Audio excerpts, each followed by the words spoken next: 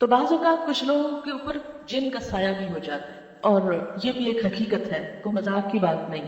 اور اس کے بارے میں بھی ہم دیکھتے ہیں کہ قرآن میں جو سود خور کے بارے میں آتا ہے نا، الذین یأکلون الربا لا یقومون الا کما یقوم الذی یتخبطہ الشیطان من المس، کہ جو لوگ سود کھاتے ہیں ان کا حال اس شخص جیسا ہو جاتا ہے جس کو شیطان نے چھو کے باولا کر دیا ہو، یتخبط خبتی بنا دیا ہو۔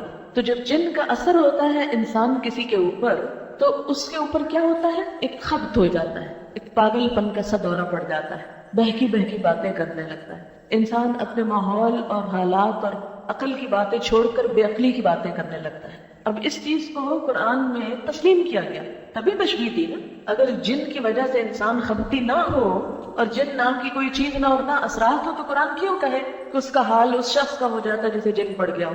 تو اس سے پتہ چلتا ہے کہ بعض اوقات جنات انسانوں کے اوپر کنٹرول کرنا چاہتے ہیں، ان کے اوپر حاوی ہو جاتے ہیں، حائل ہو جاتے ہیں۔ اور ویسے بھی نبی صلی اللہ علیہ وسلم نے فرمایا ہے کہ شیطان انسان کے جسم میں خون کی طرح دوڑتا ہے، آتا ہے جاتا ہے، گھومتا ہے پھرتا ہے، اور دل تک پہنچتا ہے، وسوسے ڈالتا ہے، پھر بھاگ نکلتا ہے۔ امام احمد بن حنبل کے صاحبزادے عبداللہ کہتے ہیں، میں نے اپنے والد سے کہا، کچھ لوگ کہتے ہیں کہ جن آصف زدہ کے جسم میں داخل نہیں ہوتا۔ والد نے جواب دیا، بیٹا یہ لوگ جھوٹ کہتے ہیں، سچ یہ ہے کہ جن ہی انسان کی زبان سے بات کرتا ہے۔ بعض اوقات جب کسی کو جن پڑ جاتا ہے تو وہ انسان بولنے لگتا ہے، اور دراصل وہ انسان خود نہیں بول رہا ہوتا، اور جن بول رہا ہوتا ہے اس کے اندر۔ آواز انسانوں جیسی ہوتی ہے، لیکن جو باتیں اس کی بہکی بہکی اوٹ پٹانگ آگے پیچھے کی ہو رہی ہوتی ہیں، وہ سینسیبل آدمی نہیں کر رہا ہوتا۔ اور اس چیز سے ڈرنا نہیں چاہیے، نہ گھبرانا چاہیے۔ یہ میں اس لیے کہہ رہی ہوں کہ عموماً اگر کسی شخص کو ہم دیکھیں کہ اس کا یہ حال ہوگا تو ہم ہاں کر کے پیچھے بھاگ جاتے ہیں کہ کہیں ہم کو بھی نہ پڑ جائے، یا ہم خوف زدہ ہو جاتے ہیں، یا پریشان ہو جاتے ہیں، ہاتھ پاؤں پھولنے لگتے ہیں، جسم سے جان نکلنے لگتی ہے، تو پتہ نہیں کیا چیز ہو گئی ہے۔ اس سے کو پریشان ہو رہے ہو تو آپ کے اپنے جسم میں بھی دوڑ رہا ہے۔ اب بتائیں، جسٹ لائک نارمل، اسے نارملی ٹریٹ کریں۔ اور اگر آپ ڈر کے بیٹھ گئے تو جن کو پتا چل جائے گا آپ ڈر رہے ہیں، اس کو چھوڑ کے ہو سکتا ہے آپ کے پیچھے آئے۔ اس لیے جن سے نبٹنے کا سب سے آسان طریقہ یہ ہے کہ وہ آپ سے کمتر مخلوق ہے، کمتر۔ یہی تو بیچارہ کہہ رہا ہے، ھذا الذی کرمت علیہ، یہ جسے تو نے مجھ پہ عزت دی ہے، مجھ پہ فضیلت دی ہے۔ یہی تو جھگڑا تھا، یہی تو جھگڑے کی بات ہوئی، اور آپ نے اس کی برتری تسلیم کر لی، تو پھر آپ پہ گناہ حملہ ہو۔ اس لیے ہمیشہ یاد رکھیے، کبھی اندھیرے میں جاتے ہوئے مت ڈریں۔ اگر خیال آئے ڈرنے کا تو آپ کہیں کہ جس سے میں ڈر رہی ہوں میں اس سے زیادہ طاقتور ہوں، اور اس سے زیادہ اللہ نے مجھے فضیلت دی ہے، اس لیے میں کسی چیز سے نہیں ڈرتی۔ اور جب آپ یہ کہیں گے تو آپ دیکھیں گے آپ کے اندر ایک ایسی قوت آئے گی جو واقعی آپ کا ڈر نکال دے گی۔ میرے والد اپنا ایک قصہ سناتے ہیں کہ وہ جب پڑھنے جایا کرتے تھے بچپن میں، تو ان کو صبح کے وقت بہت ارلی دور جانا ہوتا تھا، تو بہت ارلی اٹھتے تھے، یعنی اذانوں سے پہلے انہیں اپنا سفر شروع کرنا پڑتا۔ یہ انہوں نے خود مجھے اپنا واقعہ سنایا۔ جب ہم بچپن میں ڈرتے تھے نا کہ ہائی جن آ گیا اور جن نے یہ کر دیا، کہتے تھے ڈرنے کی ضرورت نہیں ہے۔ دیکھو میں جب چھوٹا تھا نا تو جن سے اس طرح نپٹتا تھا، بعض اوقات میں جا رہا ہوتا تھا تو پیچھے نا مجھے اپنے کسی کے چلنے کی آواز آ رہی ہوتی اور وہاں کوئی نہیں ہوتا تھا، اور پھر بعض اوقات آوازیں آنے لگتی تھی، ہمیں بھی ساتھ لے چلو، ہم نے جانا، کبھی عورت کی آواز کبھی مرد کی آواز، تو میں نیچے سے ایک پتھر اٹھا کے اور پیچھے پلٹ کے کہتا تھا چل جاؤ یہاں سے، اور پھر ختم ہو جاتا تھا، کچھ بھی نہیں ہوتا تھا۔ اگر انسان اگلے دن آنا چھوڑ دے یا ڈر کے بیٹھ جائے یا ادھر بے ہوش ہو کے گر جائے، ظاہر ان کی تو موج ہوگی، جو وہ کرنا چاہتے تھے آپ نے کروا دیا ان سے۔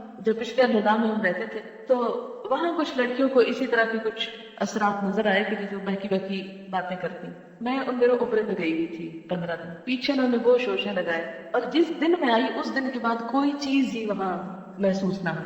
اچھا پھر ایک دفعہ ایسے ہی ہوا کہ تھوڑا سا اس قسم کی بات مجھے سننے میں آئی، مجھے آ کے بتاتے فلاں لڑکی یوں بات کر رہی ہے، تو میں کہتی کہ اس کو سمجھاؤ یا کرو، کیونکہ میں خود براہ راست سامنے نہیں آنا چاہتی تھی کہ اس کو سمجھاؤ، اس کے ساتھ یہ کرو، اس کے ساتھ وہ کرو۔ اچھا وہ ہوا یہ، وہ ایک دن بولنے لگ گئی کچھ، اور بولتے بولتے وہ جن اپنا نام بولنے لگ گیا، اور پھر ایک نیا افسانہ شروع ہو گیا، اور لڑکیاں اس سے بات پوچھنے لگ گئی۔ اچھا جب جن نے یہ کہا کہ میں تو کلاس میں بھی جاتا ہوں اور سب سبق سنتا ہوں اور اس قسم کی بات ہے، اور وہ لڑکی جو بول رہی تھی جن کی آواز میں، وہ اچھی بلی سمجھدار لڑکی تھی، ایسا نہیں تھی، لیکن اس میں مجھے محسوس ہوا۔ اچھا 2-3 دن تو میں نے انتظار کیا، اس کے بعد میں نے سب کو اکٹھا کیا، وہ ڈانٹ پہ لائی کہ ہوش آ گیا، اور میں نے کہا کہ خبردار آج کے بعد کسی نے یہ شوشہ چھوڑا اور یہ کہا اور اس قسم کی حرکتیں، اور اس کے بعد بالکل ٹھیک ہو گئے، کچھ بھی باقی نہ ہے۔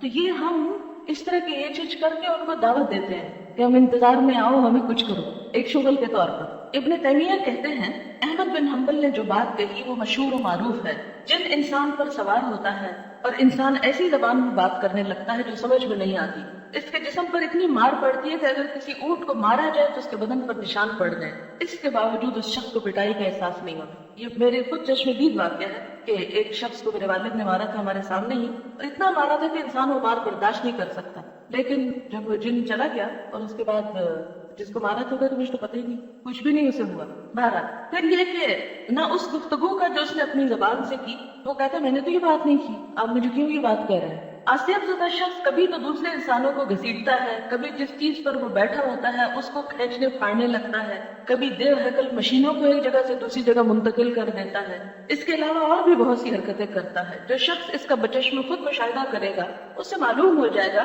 کہ جو چیز انسان کی زبان سے بات کر رہی ہے اور ان چیزوں کو الٹ پلٹ کر کے رکھ دیتی ہے وہ انسان کے علاوہ کوئی اور مخلوق ہے، وہ انسان نہیں۔ ابن تیمیہ رحمہ اللہ مزید کہتے ہیں کہ ائمہ مسلمین میں کوئی بھی اس بات کا منکر نہیں تھا کہ جن آصیب زدہ شخص کے جسم میں داخل ہوتا ہے، یہ سب یہ مانتے ہیں ائمہ علماء کرام۔ جو اس کا انکار کرے اور یہ دعویٰ کرے کہ شریعت اس کو نہیں مانتی وہ شریعت پہ تہمت لگاتا ہے۔ شرعی دلائل میں کوئی ایسی بات نہیں ملتی جس سے اس کی تردید ہوتی ہو۔ علامہ نے مزید کہا کہ جن لوگوں نے آصیب زدہ کے جسم میں جن کے داخل ہونے کا انکار کیا ہے، یعنی جو یہ کہتا ہے کہ جن انسان کے اوپر نہیں آتا یا نہیں آ سکتا، وہ معتزلہ ہے۔ یعنی اس دور میں کچھ ایسے لوگ تھے جو دین کی باتوں کا انکار کرتے تھے، تو انہوں نے کہا کہ یہ وہ لوگ ہیں۔ پھر اسی طرح یہ ہے کہ یہ پانی پہ اپنا تخت بچھاتا ہے، وہاں سے اپنے فوجی دستے روانہ کرتا ہے لوگوں کے پاس بہکانے کے لیے، اور اس کے نزدیک سب سے معزز وہ ہوتا ہے جو سب سے بڑا فتنہ گر ہو۔ اور خصوصی طور پر شیطان اس اپنے کارندے کو سب سے زیادہ چاہتا ہے جو شوہر اور بیوی کے درمیان جھگڑا پیدا کر کے آئے۔ مسلم احمد میں کہ نبی صلی اللہ علیہ وسلم نے ابن سعید سے کہا تمہیں کیا نظر آتا ہے؟ اس نے کہا سمندر کی سطح پر ایک تخت نظر آتا ہے جس کے گرد بہت سارے سانپ ہیں۔ نبی صلی اللہ علیہ وسلم نے فرمایا ابن سعید نے صحیح کہا، وہ ابلیس کا تخت ہے۔ پھر اسی طرح یہ ہے کہ جنات کی جناتی فوجیں ہوتی ہیں، اور جیسے کہ اللہ تعالیٰ قرآن پاک میں فرماتے ہیں الم تر انا ارسلنا الشیاطین علی الکافرین، جو کافروں کے اوپر مسلط ہوتی ہے تعزهم عزا، جو انہیں حق کی مخالفت پہ خوب اکساتے ہیں۔ پھر اسی طرح یہ ہے کہ ہر انسان کے ساتھ ایک ہمزاد شیطان ہوتا ہے، جیسے ایک فرشتہ ہوتا ہے جو اسے کبھی نہیں چھوڑتا۔ صحیح مسلم میں حضرت عائشہ رضی اللہ تعالیٰ عنہ کی حدیث ہے، وہ کہتی ہے کہ ایک رات نبی صلی اللہ علیہ وسلم میرے پاس سے نکلے، مجھے غیرت آئی اور میں بھی پیچھے نکل گئی۔ آپ واپس ہوئے اور میری سانس پھولنے کی کیفیت دیکھی تو فرمایا کیا تم کو غیرت آ گئی تھی؟ میں نے کہا بھلا مجھ جیسا آپ جیسے پر کیوں نہ غیرت کرے گا؟ آپ نے فرمایا کیا تمہارے پاس تمہارا شیطان آ گیا تھا؟ میں نے کہا اے اللہ کے رسول کیا میرے ساتھ شیطان ہے؟ آپ نے فرمایا ہاں۔ میں نے کہا کیا ہر انسان کے ساتھ شیطان ہے؟ آپ نے فرمایا ہاں۔ میں نے کہا آپ کے ساتھ بھی؟ آپ نے فرمایا ہاں، لیکن میرے رب نے اس کے مقابلے میں میری مدد کی ہے اور وہ میرے تابع ہے، یعنی وہ مجھے کچھ نہیں کر سکتا۔ تو نبی صلی اللہ علیہ وسلم نے چونکہ دین کو محفوظ حالات میں پہنچانا تھا، لیکن ہر انسان کے ساتھ لگا ہوا ہے۔ اور اس میں یہ بات بھی آتی ہے کہ جب ایک انسان اپنے گھر سے نکلتا ہے اور اس وقت وہ دعا پڑھتا ہے بسم اللہ توکلت علی اللہ لا حول ولا قوت الا باللہ، تو کیا ہوتا ہے؟ ایک فرشتہ کہتا ہے ہدیت وکفیت ووقیت، تو ہدایت پا گیا، تو بچا لیا گیا اور تو کافی کیا گیا، یعنی اللہ تجھ کو کافی ہو گیا، اب تمہیں شیطان نقصان نہیں دے سکتا۔ یعنی جس راستے پہ تم نکلو گے خیر اور بھلائی کا ہوگا۔